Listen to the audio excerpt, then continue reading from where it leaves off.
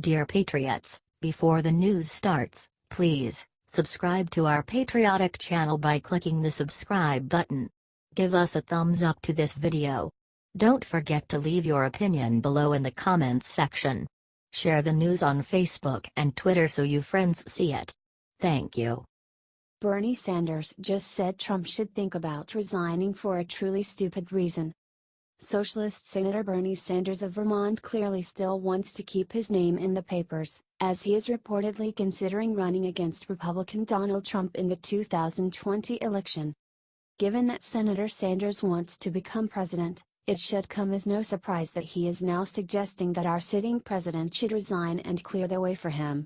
It's absurd, however, that Sanders believes President Trump should step down over sexual assault allegations, which are non-existent. CBS This Morning host Gayle King had Senator Franken on her program, and she asked about Republican Senate candidate Roy Moore. Moore may be possibly joining the Senate, and he has been accused of far worse than what Senator Franken is accused of. How do you square that? Instead of answering Gayle's question about how he feels about Franken versus Moore, Bernie answered, "Well, let me take it a little step further. We have a President of the United States who acknowledged on a tape widely seen all over the country that he's assaulted women." He added, "So I would hope maybe the President of the United States might pay attention to what's going on and also think about resigning." Using the loaded word revolution, Sanders then tried to rile up liberals by adding, "What I worry about right now, as we speak, in restaurants and in offices all over this country, where you have bosses who are not famous, there is harassment of women and women are being intimidated. We need a cultural revolution in this country. Do you think Trump should simply ignore everything that wacko Bernie says?"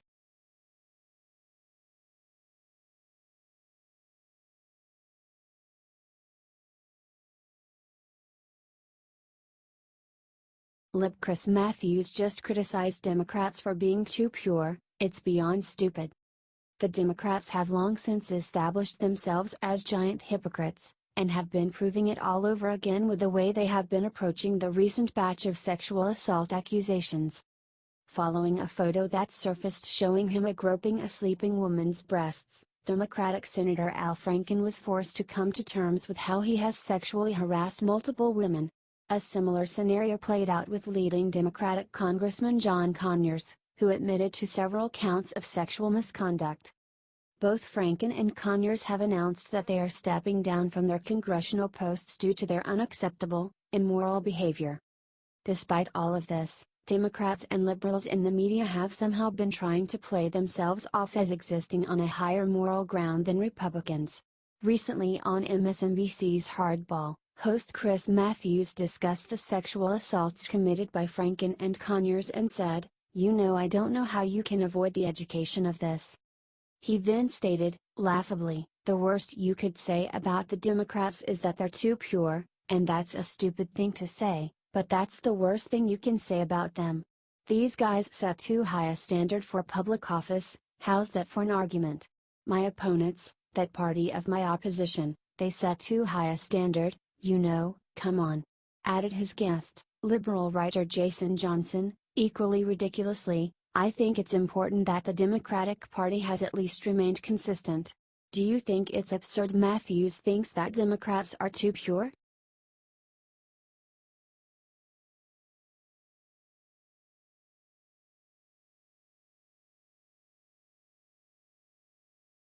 Waters spreads disgusting lie about Trump and German bank, Sarah Sanders puts her in her place. Maxine Waters spread a disgusting fake news story while on MSNBC's All In with Chris Hayes. Well, Deutsche Bank emerges as extremely important because they're known to be a money laundering bank. They have been fined over $600 million between the UK and the United States for money laundering, said Waters. They do not have the kind of operation in the bank that would keep up with what is going on, and we can follow what is going on. But they have been known to basically get around the kind of controls that they should have, said Waters. In addition to that, they're the only bank really that will lend money to Donald Trump. Donald Trump has sued them. They have sued him back. But yet they continue to lend him large sums of money. Donald Trump owes them $300 million. $170 million of that for the Trump hotel that they have to finance in Washington, D.C., said Waters. However, there is a huge problem with Maxine's statement. Sarah Sanders explained the issue when a reporter asked her a similar question. Look, I think it's important to note, and hopefully you guys have seen this statement that Jay Sekulow, a member of the president's legal team, has put out within the last hour, said Sanders. That they confirmed that the news reports that the special counsel had subpoenaed financial records relating to the president are completely false. No subpoena has been issued or received. We've confirmed this with the bank and other sources, said Sanders.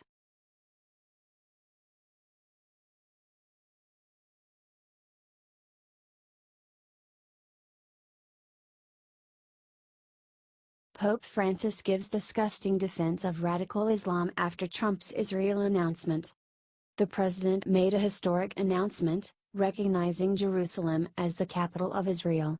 However, Muslims all over the world have been furious over the decisions. The mainstream media has taken the side of the angry radical Muslims and have been condemning Trump for his decision.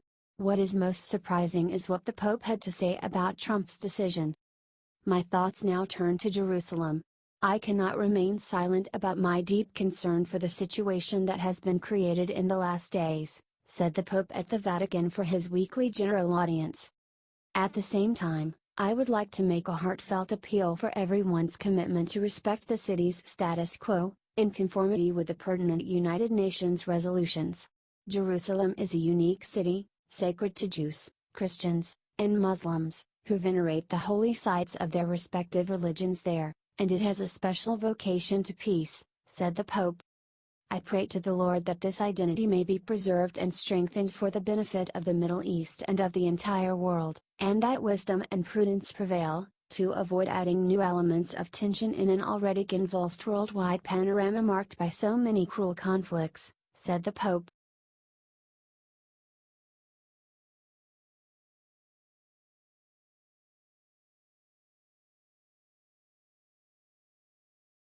Doug Jones scolds Alabama Republicans for not being truly Christian in the same way I am.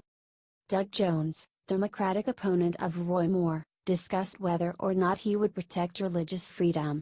He responded that he most likely will not. Because the religious people who support Moore are not worthy of Christianity like he is. I don't know if I can. I think actions have to speak louder than words, so once I get elected I can try to do it. But look, when you talk about their Christian beliefs and stuff, that's one thing, but when you talk about their culture, I'm not sure what you mean by that, said Jones. If culture means that you have to put down people, if your culture means that you would discriminate against somebody, that you would not treat anybody in the same way that Christ would do, then I'm not going to protect that. I'm not going to protect discrimination of any sort, in any way, whether it's race, religion, sex orientation or whatever, said Jones. So I'm not going to protect that culture if that's what their culture is. What I'm hoping to see is that if they are truly religious and they are truly Christian in the same way that I am, he said. That my faith is, well, we take care of everybody. I've always believed the culture of the South, the heritage of the South, is of people treating people like friends, of neighbors helping neighbors. You know, when a tornado comes through Tuscaloosa or Hackleburg, or you have a hurricane comes up the Gulf Coast, we don't start running around asking people who they are or who their fathers are, said Jones. Wow.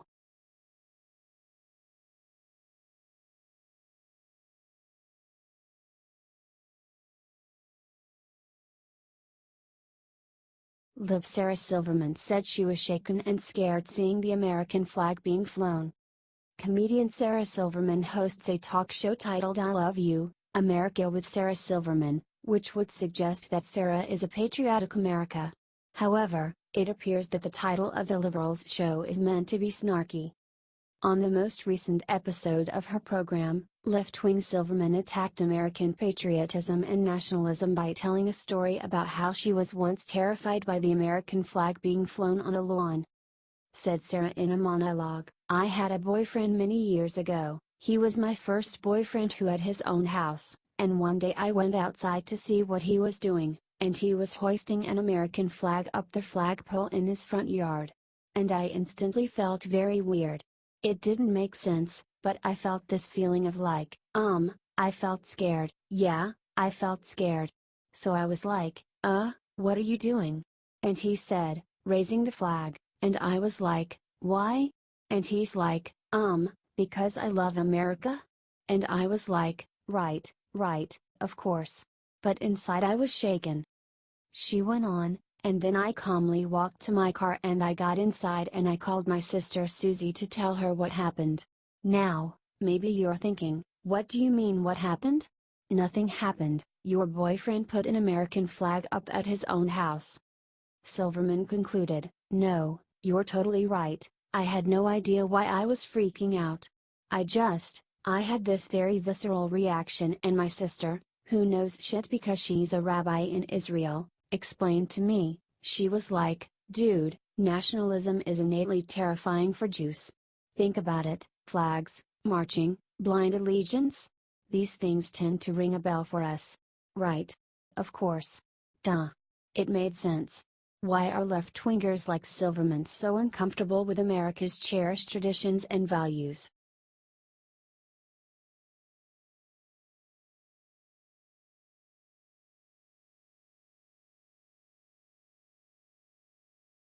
Watch Joe Scarborough announce crazy conspiracy theory about Trump's health. MSNBC's Joe Scarborough came up with a wacky conspiracy theory about President Trump's health because he slurred a couple of words in his speech recognizing Jerusalem as Israel's capital. We don't have updates on his health, Schmidt said of President Trump. We don't know what's going on. But this is a legitimate issue worthy of consideration. This is the man who commands America's nuclear arsenal. And that video, that speech, that impairment, is chilling, said political strategist Steve Schmidt. This is not the person that we knew even 3 years ago. There's a remarkable change, said Scarborough said. He seemed like he was almost hanging onto the prompter and hanging onto the words.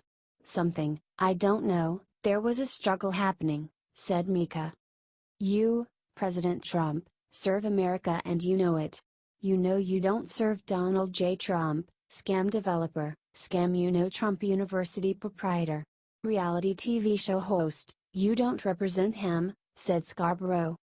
You represent 320 million people whose lives are literally in your hands and we are facing a showdown with a nuclear power and you have somebody inside the White House that the New York Daily News says is mentally unfit, that people close to him say is mentally unfit, that people close to him during the campaign told me had early stages of dementia, said Scarborough without evidence.